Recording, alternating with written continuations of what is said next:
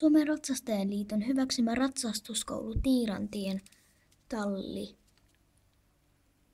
on ollut monipuolisesti monen hevosystävän ja ratsastusfanin palveluna. Tiirantien tallilla on yhteensä 9 hevosta, joista kaikki ovat tuntihevosia.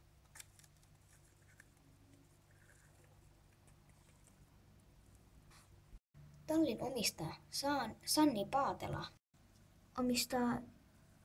omistaa kaikki tämän tallin hevoset. Ei kaikkia paitsi 2. Hän on kasvattanut ihan itse vain 1 hevosen tällä tallilla nimeltään Haavekuva. Haavekuva on monen suosikkiratsu, mutta se ei toimi tuntihevosena. 2 muuta hevosta, Varsa ja Emä, kuuluvat toiseen talliin. Tämän tallin palvelu on tosi hyvä hyväksytty. Talli aikoo muuttaa toiseen kaupunkiin, mutta ei vaihda koskaan omistajaa.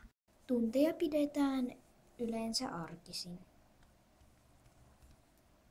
Lauantaina ja sunnuntaina on myös monipuolisestikin porukkaa.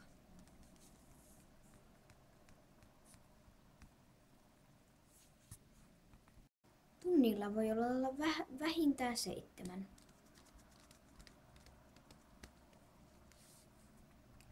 tuntilaista.